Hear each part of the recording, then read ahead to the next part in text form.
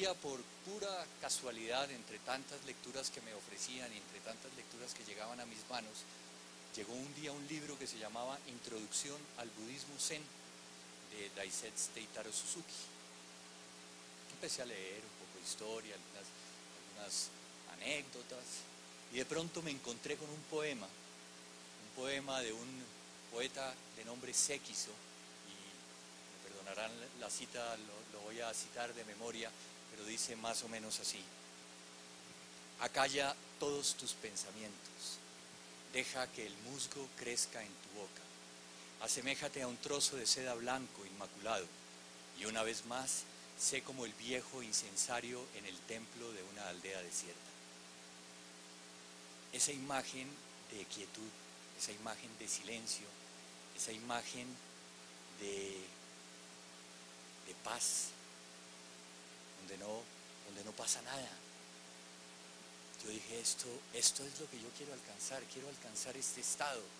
Obviamente en ese momento la visión que yo tuve de lo que quería alcanzar pues era muy diferente de lo que después llegué a comprender que quería decir esa imagen, pero empecé a averiguar y empecé a mirar la manera de practicar Zen, porque dije, esto es lo que yo quiero.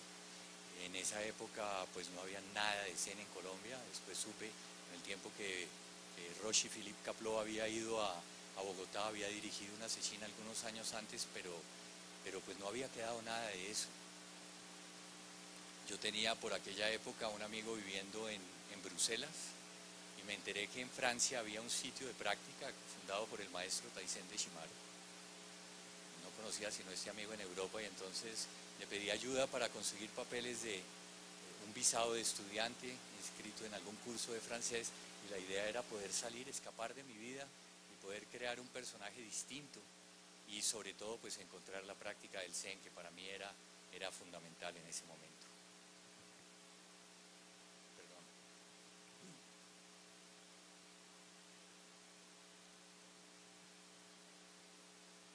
Logré finalmente viajar a Europa, duré muy poquito en Bruselas y viajé a París. En esa época no se necesitaba visado para los colombianos para entrar a París, entonces no había ningún problema. Y empecé a frecuentar un sitio de práctica, el Dojo Zen, en la calle de los 5 Diamantes se llamaba, fundado por el maestro de Shimaru. Estoy hablando del año 85, el maestro de Shimaru había muerto en el año 82. En ese momento la práctica del Zen francés estaba bastante desligada del Zen japonés, pero empecé a practicar ahí. Después ya quise seguir una tradición mucho más formal. Pero una de las grandes enseñanzas que aprendí luego estudiando Zen y estudiando budismo es que el deseo es fundamentalmente la causa del sufrimiento. El budismo habla básicamente de 3 tipos de deseo: el deseo de objetos materiales, de cosas, que lo conocemos todos; el deseo de la existencia y el deseo de la inexistencia, curiosamente. Y me remonté a mi época de estudiante, claro, el deseo de la existencia, ¿no? El deseo de ser alguien importante, el deseo del reconocimiento, el deseo de crear unas condiciones de vida para ser aceptado por los demás, para ser elogiado por los demás.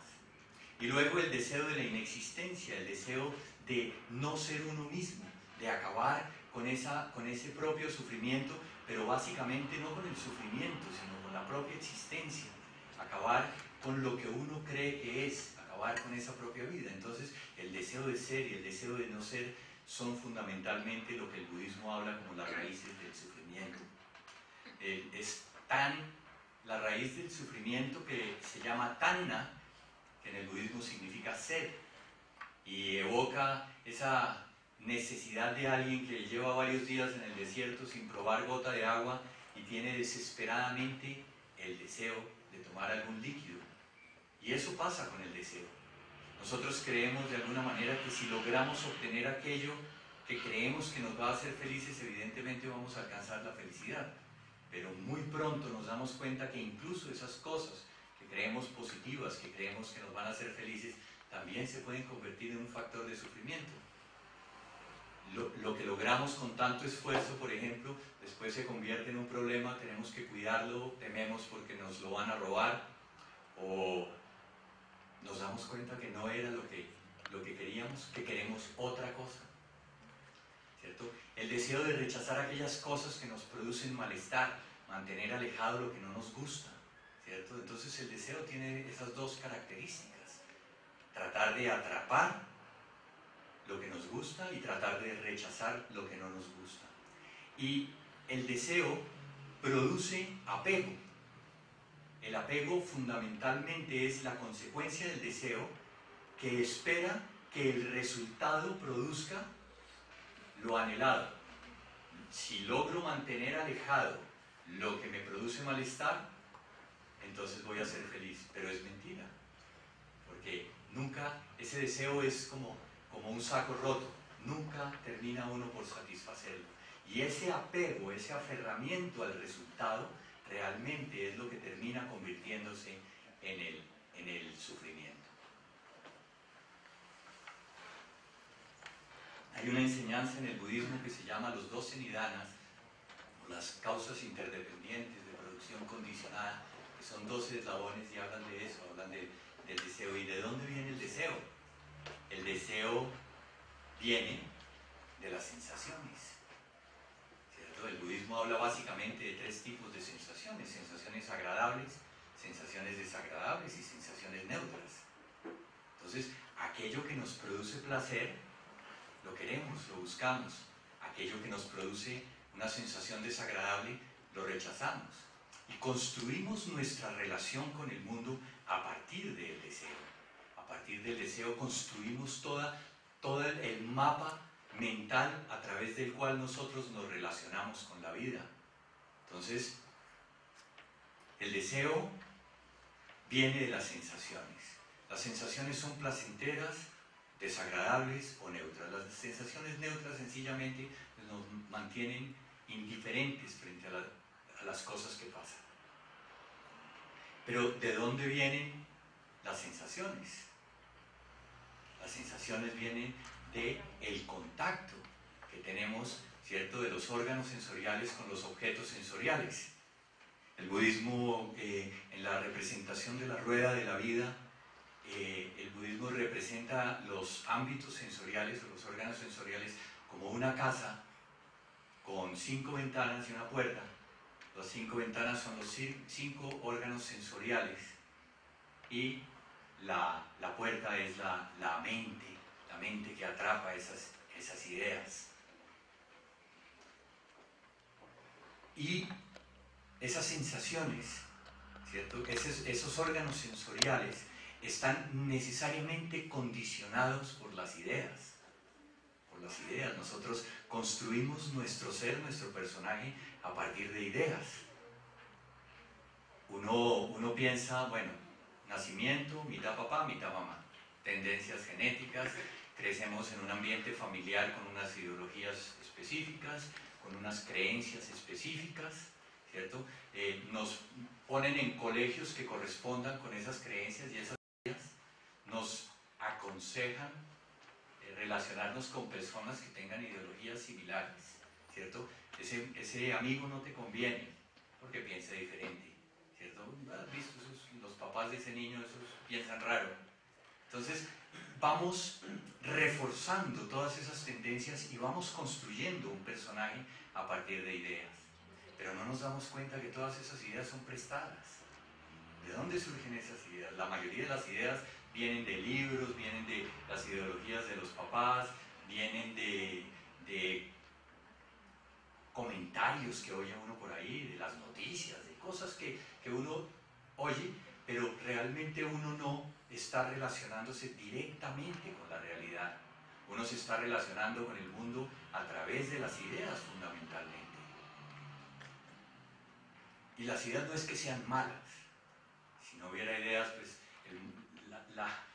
la humanidad no hubiera progresado, no hubiéramos crecido, no hubiéramos aumentado nuestro conocimiento, no hubiéramos llegado a acercarnos siquiera a esas proximidades de los límites del universo, a comprender las leyes de la física que gobiernan nuestro universo. El problema es que nos identificamos con las ideas y les damos un valor absoluto y creemos que la realidad es las ideas. Pero es curioso, una de las características del cerebro, que es una de las funciones evolutivas que nos permite, por una parte, sobrevivir y por otra parte, progresar, es la anticipación. La anticipación consiste en que una vez que tenemos una experiencia, podemos almacenar cierta información y esa información, cuando tenemos una situación similar, pues cuando estamos frente a esa situación, podemos recurrir a la información que tenemos y saber si lo que tenemos frente a nosotros es un peligro o es alimento o cómo comportarnos, porque podemos anticiparnos. Si no tuviéramos esa capacidad de anticiparnos, pues ponemos en riesgo la vida permanentemente y posiblemente ni sobreviviríamos. ¿Qué pasa con las personas, por ejemplo, que no tienen sensibilidad en los dedos? Pues es muy fácil que las manos se les quemen porque no tienen esa sensibilidad, ¿cierto? Porque no tienen esa información que anticipa que el objeto caliente puede ser peligroso, por ejemplo.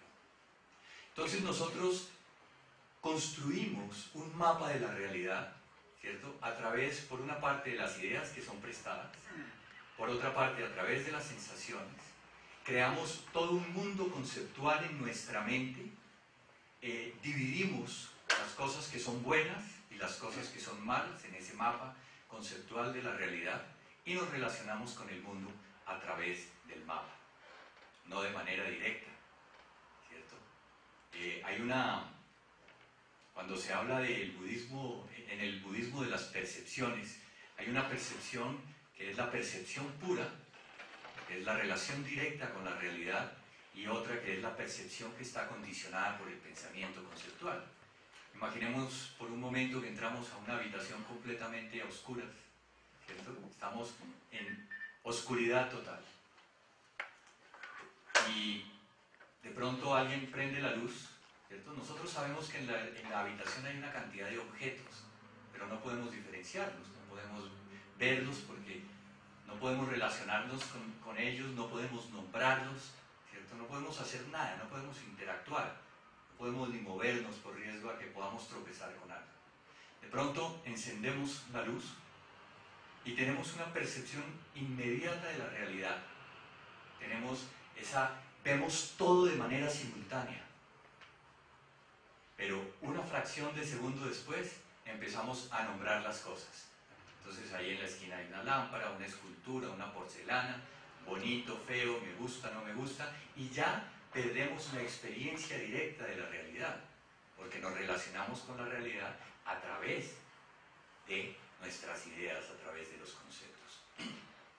Y esas ideas tienen ese contenido de valor de bueno, malo, me gusta, no me gusta, y desde ahí nosotros producimos el sufrimiento en la manera como nos relacionamos con los objetos. Pero lo que es bueno para uno no es necesariamente bueno para todo el mundo. Lo que hay personas que uno dice, uy, a mí me pasó una vez algo curioso. Muy niño, siempre he sido un adicto al chocolate, me encanta. Y un día conocí a una persona que no le gustaba el chocolate. Yo no podía entender que hubiera un ser humano que no le gustara el chocolate, si era algo maravilloso, extraordinario. Hay un maestro budista que dice que todo lo que tú pienses, todo lo que tú creas, todo lo que está en tu mente, por muy verdadero que creas que es, en alguna parte de este universo, de este planeta, hay otra persona que piensa todo lo contrario y también es válido. Porque cada ser humano tiene una manera diferente de ver la realidad. El maestro Suzuki, que fue el fundador del Centro Zen de San Francisco, decía que lo único que nos hace idénticos a todos los seres es que somos completamente diferentes. No hay dos personas que puedan ver la realidad de la misma manera, ¿cierto? Pero todos son ideas. Vemos la realidad a través de nuestras ideas y nos convencemos de que nuestras ideas son verdaderas porque como las hemos construido nosotros y hemos construido nuestro personaje a través de esas ideas, entonces creemos que son válidas y que son ciertas. Y terminamos peleando con otras personas o Hemos visto casos de fundamentalismos matando a otras personas porque piensan diferente, las guerras, todas las formas de violencia que vienen por ideas justificadas en dioses o en filosofías o en lo que sea, no son más que ideas. Y todas esas ideas son prestadas. Pocas personas tienen ideas que sean completamente puras, surgidas de la nada. El budismo dice que todo tiene causas, que todo lo que existe surge por una causa. Lo mismo sucede con las ideas. Y nosotros nos aferramos a las ideas. Nos aferramos a las ideas, nos aferramos a las sensaciones. Y este personaje que hemos construido es realmente eso, una construcción a través de la cual nosotros nos sentimos de alguna manera cómodos y nos relacionamos con el mundo desde este personaje. Pero personaje, persona, es personalidad, viene de máscara en el griego. Es la fachada que nosotros hemos puesto para relacionarnos con el mundo y a través del cual nosotros buscamos la complacencia. Pero no nos damos cuenta incluso que todos los paradigmas que hemos construido de felicidad surgen de ahí, de las sensaciones placenteras. Estamos convencidos de que la felicidad se manifiesta en forma de placer y no necesariamente. El placer puede ser una causa de sufrimiento también. En los años 50 se hizo un experimento con una rata donde se encontró la zona de recompensa en el cerebro y conectaron unos electrodos a esa rata en esa zona y la rata cada vez que oprimía un botón estimulaba esa zona del cerebro y experimentaba tanto placer que compulsivamente oprimía el botón y se le olvidó inclusive las relaciones sexuales, la procreación y el alimento. Y llegó a lastimarse la pata de tanto oprimir ese botón. Y uno dice, qué rata tan bruta, ¿no? Y uno es igual. Tenemos comportamientos completamente adictivos frente a la búsqueda del placer y creemos que el placer es felicidad. Entonces uno tiene una velada maravillosa con una persona espectacular y una comida deliciosa y se toma unos vinos que estimulan todas las endorfinas y la serotonina y manda uno toda la información a la zona del placer y se siente uno feliz, feliz. Y al día siguiente el guayao y dice uno, ¿quién me mandó tomar más de la cuenta? No lo vuelvo a hacer. Y el fin de semana siguiente está ahí otra vez de cabeza.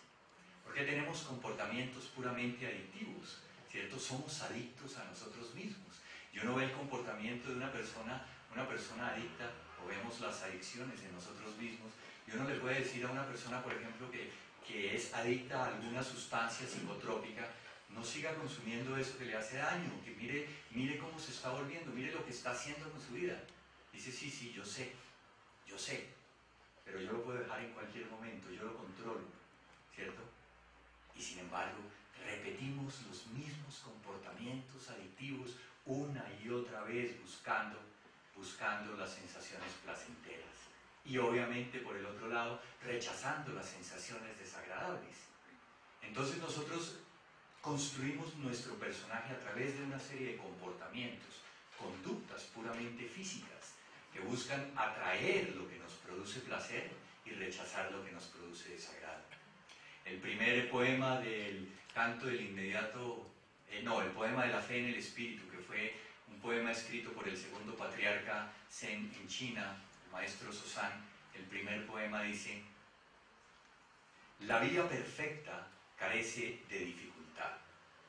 Solo hay que evitar escoger o rechazar.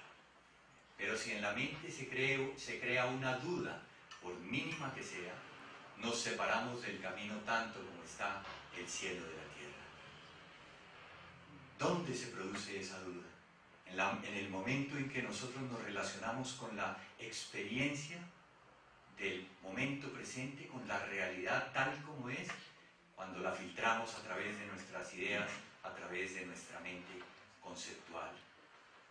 Y nosotros no nos damos cuenta. Nosotros creemos que simplemente el pensamiento es una cuestión de conversación, de hablar de lo que creo, de discutir sobre algunos temas, discutir de política, etc. Pero no nos damos cuenta realmente cómo el pensamiento es una chispa, es un disparador de las emociones, es un disparador de nuestras acciones. Si yo considero que mi pareja es mi posesión, ¿cierto? En el momento en que alguien trata de interactuar de manera coqueta con ella, entonces puedo reaccionar desde los celos. Pero es una idea que yo tengo en mi cabeza de que esa persona me pertenece. Y de que esa interacción puede llevar a algo que pone en riesgo mi posesión, ¿cierto? Pero es una idea, es una idea. Hoy en día las condiciones del clima se estudian desde algo que se llama teoría de catástrofes. Una teoría de catástrofe puede ser, por ejemplo, el hecho de que una variación muy pequeña de temperatura puede llegar a producir un huracán si las condiciones se siguen alimentando. Una catástrofe se puede ocasionar por golpear dos piedras y que se produzca una chispa que caiga sobre hojas secas. Si no lo controlamos a tiempo, podemos acabar con esa sola chispa, podemos acabar un bosque entero, una montaña.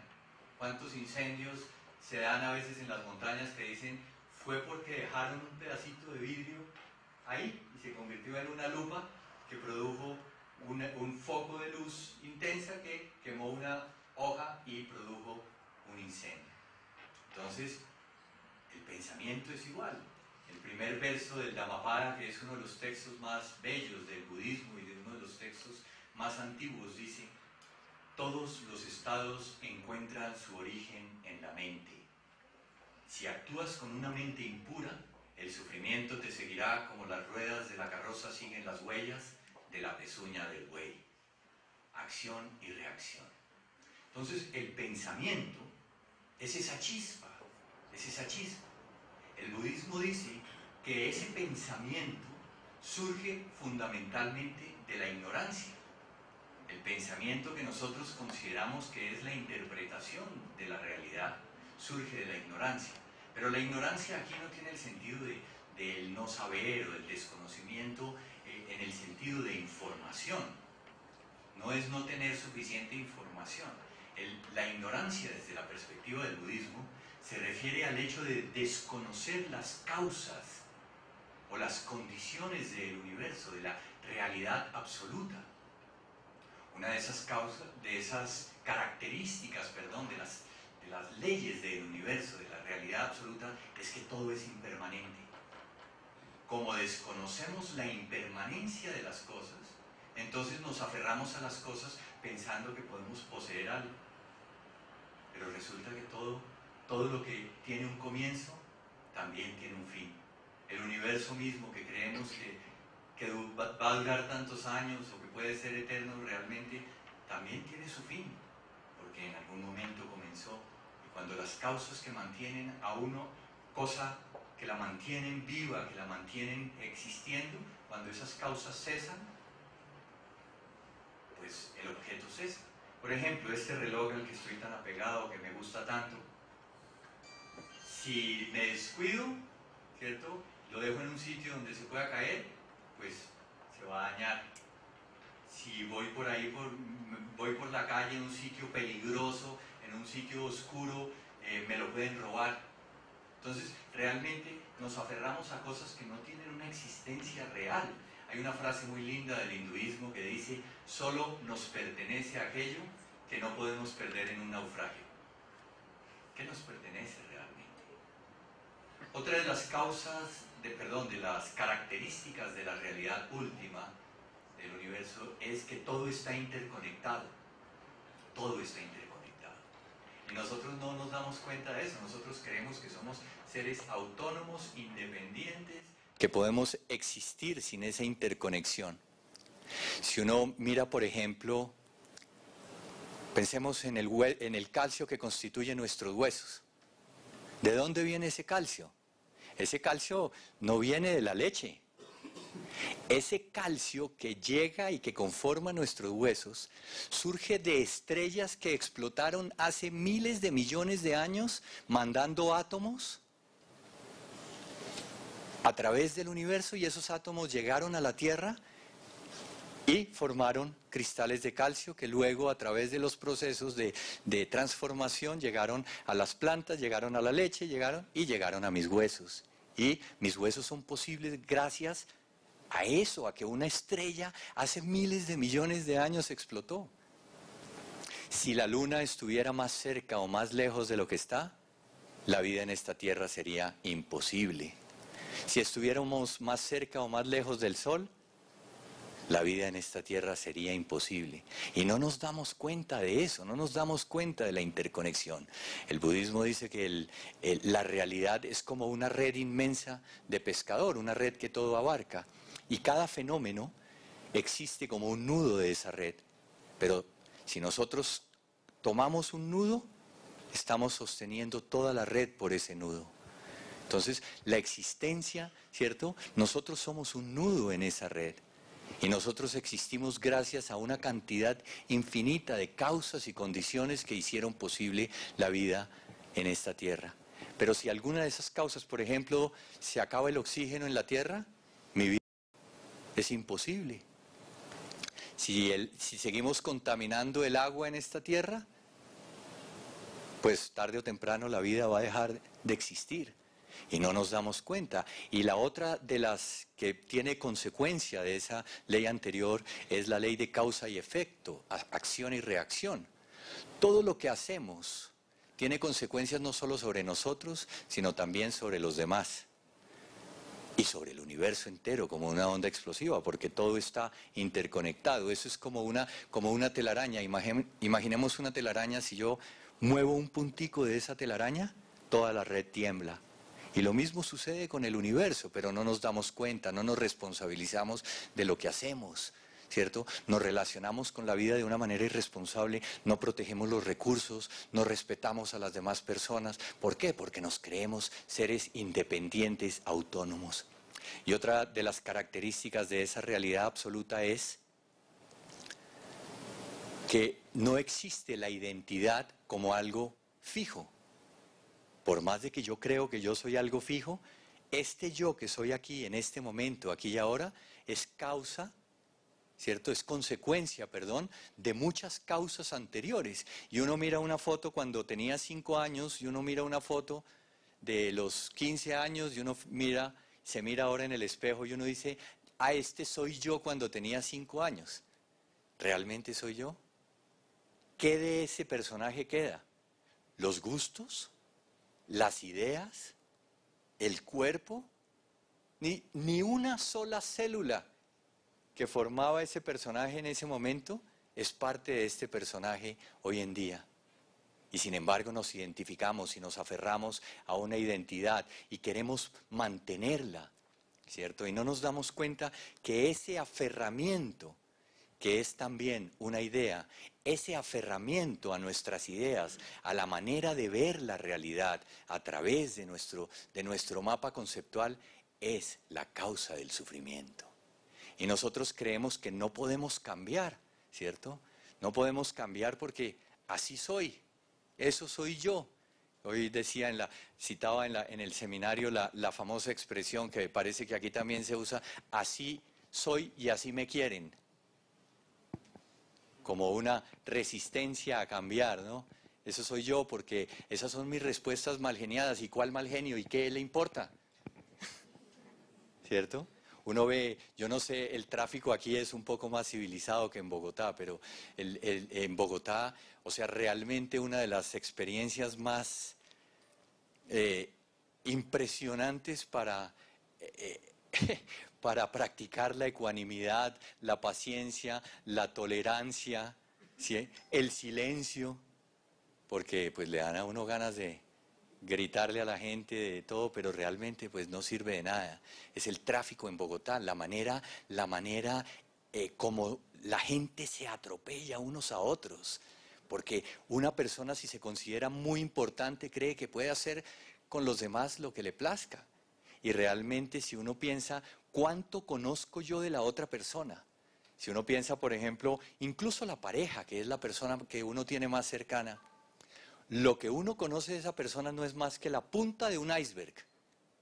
Porque por más de que uno coincida en ciertas cosas, que uno sepa, pues el regalito que le puede hacer a la otra persona para contentarla porque sabe qué es lo que le gusta, detrás de esa persona hay toda todo un contenido, toda una historia, toda una serie, incluso la información genética que uno desconoce. Ese personaje realmente uno conoce muy poquito. Imaginemos una mesa de billar pool con muchas bolas de billar. Cada ser humano es como una bola de billar. Cada ser humano, todo su cuerpo, toda su realidad es completamente única. Y de pronto se desplaza por esa mesa y se golpea con otra. Esa fracción que dura el impacto, eso es lo que conocemos de las otras personas. Porque realmente uno no puede ni ocupar el mismo espacio que ocupa la otra persona para mirar la realidad de la misma manera, ¿cierto? Y realmente lo poquito que uno puede conocer también es lo que dejamos ver a través de ese personaje que hemos creado. Entonces, tenemos que entender realmente que el pensamiento a través del cual nosotros hemos construido nuestra realidad, a través del cual juzgamos la realidad, del cual juzgamos a los demás, criticamos a los demás, no son más que ideas insubstanciales que no tienen ninguna vida propia. Entonces, ¿a qué nos aferramos? ¿Cierto? A pesar de que creemos que no podemos cambiar, sí podemos cambiar. A pesar de que creemos que todas nuestras redes neuronales a través de las cuales filtramos nuestra realidad ya están completamente solidificadas, es pura mentira. La neurofisiología ha demostrado que existe la plasticidad neuronal y es la capacidad para que las neuronas muten de una red a otra. Podemos transformar la realidad, la manera de ver la realidad. O si no, no sería posible que una persona que nunca ha tocado un instrumento en su vida, a través del esfuerzo, de la práctica, del entrenamiento, llegue a convertirse en un virtuoso. No todo el mundo nace genio de la música, ¿cierto? De la misma manera, a través de la práctica, nosotros podemos transformar nuestro ser, podemos transformar la manera como nos relacionamos con el mundo, con las personas, con la vida en general, empezar a relacionarnos desde una óptica distinta, reconociendo el valor de cada existencia. Y no me refiero solo a los seres humanos, los animales, los objetos, el respeto que tenemos por los objetos, ¿cierto? Uno no es lo mismo coger a patadas las cosas que colocarlas delicadamente en el lugar que les corresponde. El maestro Dogen, fundador de la escuela Soto en Japón, decía que en un texto que es las instrucciones para el cocinero jefe del templo, el Tensho Kyokun se llama el texto, que es un texto de los textos de normas para los templos, habla del respeto hacia los objetos, de colocar los objetos en su lugar, ¿cierto? Por ejemplo, nosotros parte de nuestro entrenamiento es la manera como nosotros nos quitamos los zapatos y los dejamos antes de entrar a la sala de meditación, la manera como doblamos la ropa cuando nos cambiamos. Todo tiene una manera y no solo, esto no se trata de una neurosis obsesiva de tener control de la situación, sino también el respeto hacia los demás seres. Esa es una de las necesidades por las cuales nosotros practicamos en grupo. Porque si uno practica solo, siempre solo, entonces termina amañando la práctica a su propia necesidad. Pero en la medida en que tiene que interactuar con otras personas, respetar su espacio, respetarlos a través del silencio de mi propia práctica, respetarlos a través de la manera como los saludo, ¿cierto? Empiezo a modificar la manera como me relaciono con la vida. Y empiezo necesariamente a soltar el aferramiento a mis propias ideas, ¿cierto? Y me doy cuenta que las ideas realmente, pues, lo que pienso hoy, mañana puede ser completamente diferente y también está bien. Claro, eso no se refiere a los pactos, ¿no? Que digo, bueno, mañana le pago. Y resulta que no, como pienso distinto. Hoy, ese era otro. Pero en realidad tenemos que asumir también las consecuencias de nuestros actos. Decía algún maestro zen, si quieres conocer tu pasado, mira tu presente, porque de lo que hemos hecho hemos producido la realidad que experimentamos en este momento. Si quieres conocer tu futuro, mira tu presente, porque lo que haces en este momento va a determinar las consecuencias. Entonces se habla mucho en el Zen de aceptar la realidad tal como es. Aceptar la realidad tal como es en el sentido, no quiere decir no volver a tomar una decisión porque como todo está bien, todo es como es. No, en la vida tenemos que tomar decisiones. Lo que nos enseña el budismo fundamentalmente es que frente a una decisión debemos medir las consecuencias de esa decisión. Si nosotros pensamos que lo que vamos a hacer puede producir consecuencias negativas sobre alguien o sobre nosotros mismos, si puede producir sufrimiento en los otros o en mí mismo, debemos evitarlo. Si por el contrario pensamos que lo que vamos a hacer puede producir consecuencias positivas en nosotros o en los demás, debemos procurarlo y debemos hacerlo. Entonces, a partir de eso, desde la observación de los propios procesos mentales, ¿cierto?, de evitar la acción impulsiva que viene de la reacción mecánica disparada por una idea, ¿cierto?, que produce fundamentalmente esas reacciones de ira, celos, arrogancia, vanidad, orgullo, etcétera, que son comportamientos que son muestras evidentes de la ignorancia.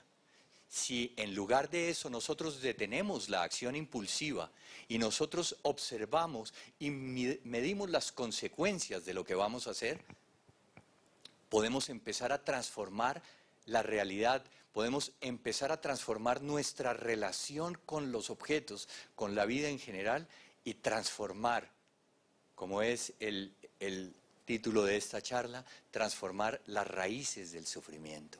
Porque el sufrimiento no es un castigo de los dioses, ¿cierto?, del Olimpo que me condenaron a cargar esta piedra.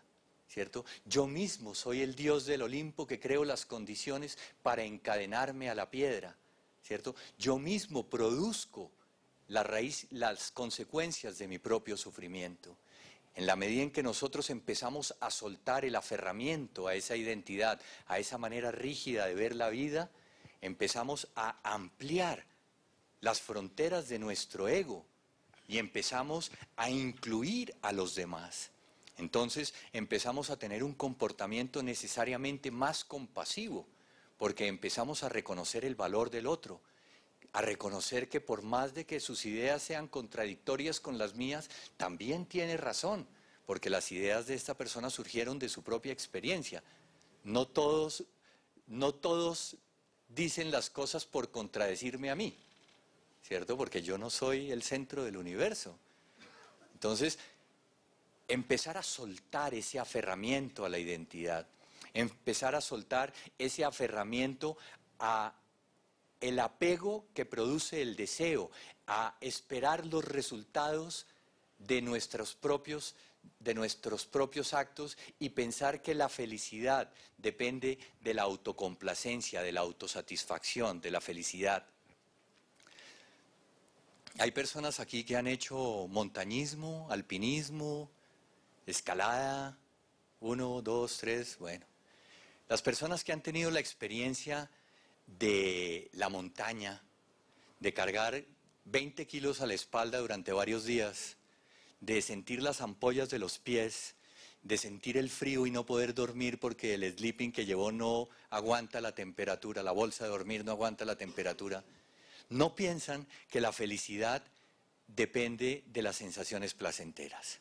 Y sin embargo, cuando está uno en la soledad de la montaña, ¿cierto?, cuando está uno experimentando el paso a paso, el contacto directo con esa experiencia, es uno feliz a pesar del malestar que experimenta. Lo mismo sucede con la práctica espiritual. Muchas veces la gente sale corriendo de la práctica de Zazen porque le duelen las rodillas. Ah, pero ¿cómo? ¿No se supone que esto era una práctica espiritual de encontrar la felicidad? Entonces, ¿por qué me vendieron esa idea? ¿Para convencerme de algo? No.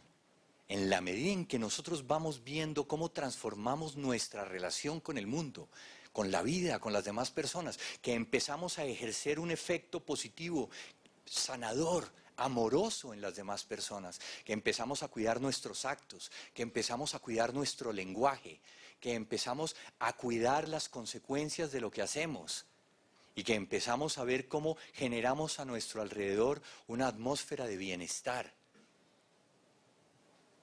Ojo, no se trata de que eso nos va a convertir en salvadores de nada, porque muchas veces, a pesar de que actuamos de buena voluntad, podemos cometer errores y podemos hacer daño pensando que actuamos de buena voluntad.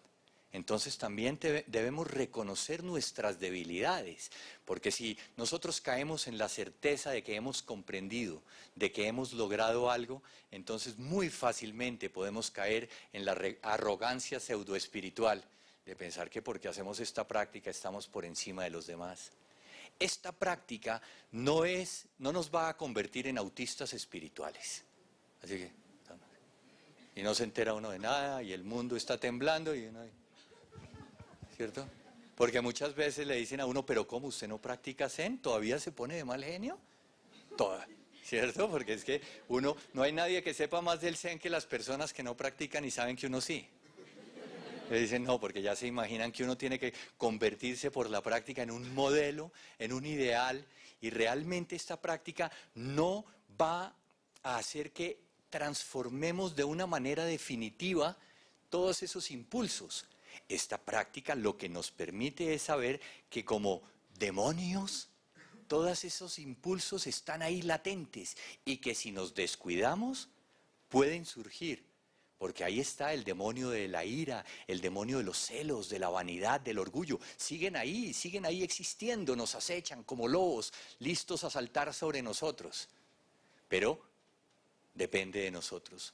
Hay una vieja historia en una tribu indígena en Norteamérica que le pregunta el muchacho al viejo chamán de la tribu, le dice, ¿por qué hay hombres malos y hombres buenos, chamán? Y el viejo le dice, mira muchacho, todos tenemos dentro de nosotros un lobo bueno y un lobo malo que están en permanente lucha.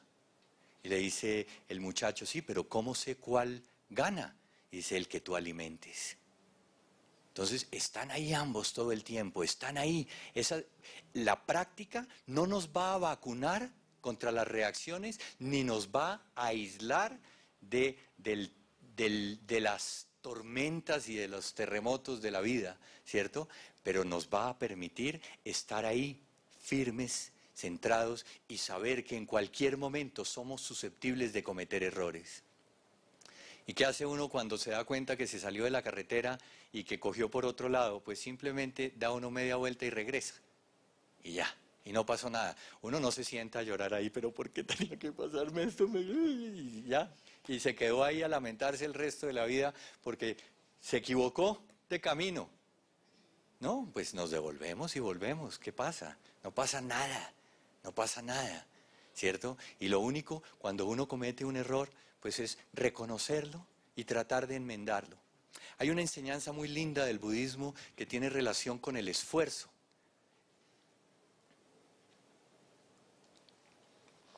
En el budismo, cuando se habla de eso, se habla de 4 aspectos del esfuerzo.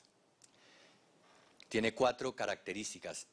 La primera es el esfuerzo para evitar el mal una vez antes de que haya surgido. La segunda es el esfuerzo para eliminar el mal una vez que ha surgido. La tercera es el esfuerzo para promover el bien antes de que haya surgido. Y la cuarta necesariamente es continuar el bien una vez que ha surgido. Surgido, y esto se refiere a nuestras propias acciones. Y bien y mal no se refiere a una moral absoluta de que haya cosas perfectamente buenas y cosas perfectamente malas. No, se trata de las consecuencias de nuestros actos. Si nosotros vemos que una acción puede beneficiar a alguien, pues hacerla. Una acción benéfica, una acción que va a ayudar a alguien, alegrarnos con los logros de los demás, ¿cierto? Tratar de ayudar en la medida que podemos. El bodhisattva es una figura en el budismo en el budismo mahayana, que es aquel que renuncia a su propia liberación para trabajar en función de la liberación de los otros. Pero aquí no se trata de liberarlos a los otros de manera mágica, de yo te libero y ya liberado. No, se trata de ayudarlos a encontrar el camino, de ayudarlos a encontrar la enseñanza que los puede liberar del sufrimiento. Ayudarlos desde, obviamente, desde la perspectiva del Zen específicamente, y esta es mi versión, porque pues habrá otros que tengan otras ideas y también son válidas. Ayudarlos a abrir los ojos, a ver la realidad, a comprender los factores de esa realidad, de la impermanencia, de la ausencia de una identidad fija, de la interconectividad de todo en el universo, de las causas y consecuencias, ¿cierto? Brindar el espacio para que las personas puedan acceder a una práctica donde puedan aliviar su sufrimiento a través de la comprensión del propio camino. En el budismo se dice que nacer en tanto que ser humano es una rara condición, que si hubiera un océano infinitamente grande, infinitamente extenso, y sobre ese océano infinitamente extenso flotara una tabla única con un orificio en el centro, y si en ese océano viviera una tortuga que saliera a respirar cada 1.000 millones de años, las probabilidades de que esa tortuga meta la cabeza por el hueco de esa tabla son mayores a que un ser nazca en tanto que ser humano. Nosotros no valoramos la vida, no nos damos cuenta cuántos esfuerzos han hecho en la NASA, en el SETI, para descubrir planetas con vida extraterrestre. Y hasta ahora no hay una evidencia concreta, ¿cierto?, de un planeta donde haya vida. Sí, claro, hay teorías y hay gente que ha visto naves extraterrestres y todo eso, pero las probabilidades de que la vida exista son realmente mínimas. Y no valoramos esa condición única. No valoramos ese hecho mismo de estar vivos aquí y ahora, ser testigos de esta realidad, ¿cierto? Y el budismo dice que esa realidad es muy, muy extraña, pero que lo es aún más entrar en contacto con las enseñanzas que llevan a la liberación del sufrimiento. Ese es nuestro camino, esa es la posibilidad, tenemos las herramientas. No se trata de creer en algo, porque esto no es de cambiar una creencia por otra, no se trata de convertirse en budista para practicar Zen, se trata simplemente de darnos la oportunidad en nuestra vida de detener la acción impulsiva, de no hacer por un espacio de tiempo, por hacer silencio, por no hacer, y estar ahí plenamente presentes en una comunión total con toda la realidad de la vida que se experimenta en el momento. Esa es nuestra práctica, no se necesita grandes condiciones, no se necesita ni siquiera tener un espacio ideal con las condiciones perfectas, no. Simplemente detener la acción impulsiva. Nosotros vivimos haciendo cosas, esperando resultados, y la posibilidad de hacer algo sin esperar resultado, que es nuestra práctica, es maravillosa. Porque cualquier objetivo que nosotros nos fijemos en la vida, desde la perspectiva, por ejemplo, de la práctica, no, es que voy a practicar Zen porque me dijeron que era bueno para mejorar el swing de golf. Hay libros sobre eso. Voy a practicar Zen porque me va a hacer un ejecutivo más fiero y voy a ser el Yuppie Zen de la empresa y voy a vencer a mis, ¿cierto? Hay muchos libros sobre el Zen y el arte de. Pero aquí se trata de todo lo contrario. Se trata simplemente de no buscar ninguna recompensa. El maestro Shogyen Trungpa, que es un maestro, que fue un maestro tibetano, escribió un libro que se llama Más allá del materialismo espiritual. Si la práctica continúa siendo una transacción económica, ¿cierto? Una transacción comercial, invierto tiempo, a veces hay sitios en los que tengo que pagar para poder ir a practicar, me compré el kit de meditador, el cojín, el traje. Entonces, ¿cuál es la rentabilidad de esa práctica? ¿Cierto? ¿En cuánto tiempo me dan mi licencia de meditador iluminado? ¿Cierto? Y resulta que la práctica es momento a momento, paso a paso, ¿cierto? Porque una vez que creemos que hemos comprendido, una vez que creemos que ya lo hemos superado, no es que nos quedemos ahí con esa comprensión, es que empezamos a retroceder. Eso es como el atleta que se prepara durante años para correr una maratón y un día se tronchó el pie y no corrió, estuvo un mes incapacitado, el día que quiso empezar a correr otra vez pues estaba haciendo mucho frío y no volvió a correr. El estado físico que tiene después de un año de no correr no fue el que logró cuando dejó de correr. Puede ser inclusive peor, ¿cierto?, que cuando empezó.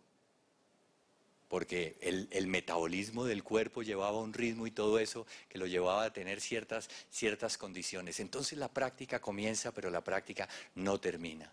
Y la práctica no es más que detener el impulso de la mente. Yo me he apropiado de la frase de Henry David Thoreau, de desobediencia civil, para referirme a la práctica de Zazen. Si nosotros entendemos que el ego, que es la causa fundamental de nuestro sufrimiento, desde el cual reaccionamos desde nuestros impulsos mecánicos, es una construcción de ideas prestadas, fundamentalmente de la sociedad, ¿cierto?, de esperar recompensas, de esperar triunfar por encima de los demás, de esperar reconocimiento, éxito, fama, belleza, etcétera. Si yo comprendo que ese ego lo he construido a partir de todas esas ideas prestadas, en la práctica de Zazen simplemente me rehúso de manera sistemática a actuar desde ese yo. Desobediencia civil pura. No hacer, no actuar desde el ego. Por eso la quietud en nuestra práctica es tan importante. La quietud, no reaccionar de manera impulsiva, porque o si no, cuando uno siente el primer dolor de rodilla, uno sale corriendo y dice, pero esto me está doliendo, esa práctica que ustedes hacen es muy difícil, yo no quiero tener nada que ver con esto, a mí me dijeron que esto era para encontrar la felicidad y la paz espiritual, y yo, no, chao. Entonces, por eso nuestra práctica de Zazen es tan cercana a la práctica del montañismo. La montaña es nuestra propia postura. Nuestra propia postura es la montaña en la práctica de Zazen. Y nuestros pensamientos son las nubes que a veces vienen a la montaña, a veces el cielo está despejado, pero no es mejor cuando está despejado que cuando está lleno de nubes. Nuestra práctica consiste en no buscar el cielo despejado, no rechazar las nubes, ¿cierto?, sino simplemente estar ahí con las nubes o sin las nubes, pero estar ahí, con la realidad que está ahí, latente, permanente, en este momento, aquí y ahora. Pero no la realidad filtrada a través de nuestras percepciones condicionadas por el pensamiento. El maestro Uchiyama, en el libro Abrir la mano del pensamiento, dice que eso es como si tuviéramos los ingredientes para preparar un potaje, una sopa, ¿cierto? Los ingredientes crudos, vamos a hacer una sopa de verduras y tenemos ahí el choclo y tenemos ahí la zanahoria, la cebolla, todo está ahí, pero todavía no está procesado. Esa es la realidad tal como es. Esa es la experiencia de encender la luz en el momento y ver la realidad de manera absoluta. Nuestra práctica consiste en volver una y otra vez a esa experiencia de la percepción antes de ser filtrada por nuestro pensamiento conceptual. Simplemente volver, pero la realidad está en continuo cambio. Nosotros no despertamos a una realidad estática. Sería fácil, ¿no? Ya chuleado, listo, ya ser iluminado, y ahí va uno por el cielo, así caminando, flotando por encima de los demás seres mortales ignorantes.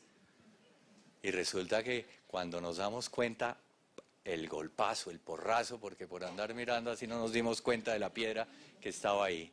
Entonces, nuestra práctica consiste en despertar a una realidad en movimiento. Por eso, una vez que hemos despertado, ¿qué hacemos? Pues volver a despertar. Porque despertar no es un estado, despertar es una práctica. Por eso no llegamos a ningún punto en el que uno ya tenga la licencia de meditador como si fuera un piloto, 500 horas de meditación, entonces ya garantizado. Esto que le dan a uno los maestros de la transmisión del Dharma cuando le dicen a uno que ya recibió la transmisión del Dharma, eso es cuando le dicen, bueno, ahora usted verá qué hace. arrégleselas como pueda. Eso es como cuando el águila patea al aguilucho para que salte del nido. Eso no es por decir que ya lo logró y entonces ya... No, este es realmente recibir la transmisión del Dharma, que significa que uno puede enseñar de manera independiente y que uno es maestro, y resalto con minúscula. Eso significa que a partir de ese momento uno tiene una responsabilidad mayor. Por eso muchas personas evitan hacerse monjes y todo eso, para evitarse todas estas complicaciones.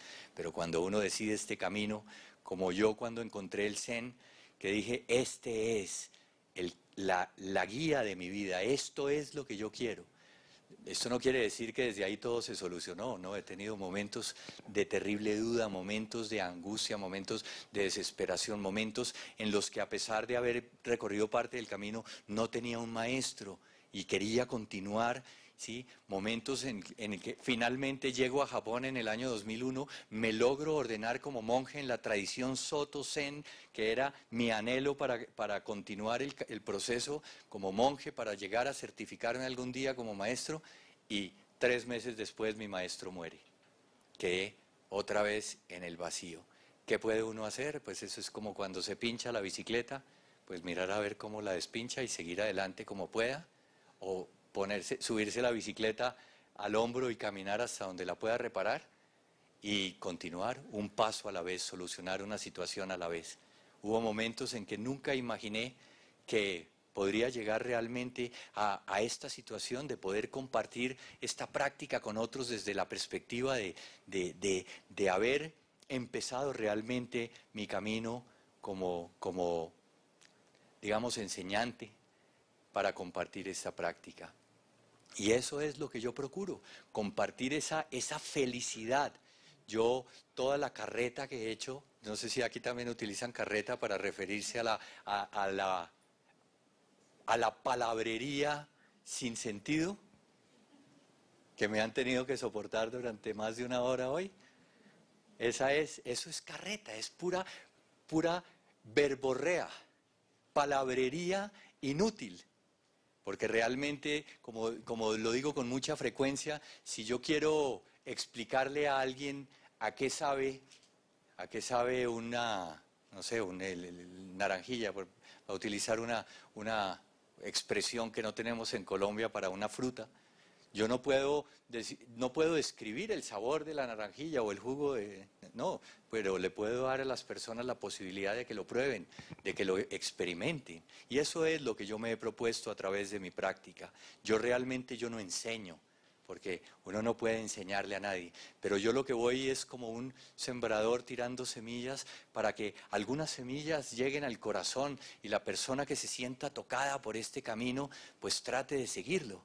Pero si este camino no nos toca profundo en el corazón, pues es mejor seguir buscando otros caminos, ese que nos toque profundamente, que nos llene profundamente de la alegría de, a pesar de la ampolla en el pie, de los 20 kilos a la espalda, del frío insoportable, experimentamos la alegría de estar ahí en el camino, momento a momento. Y eso era lo que quería compartir con ustedes hoy.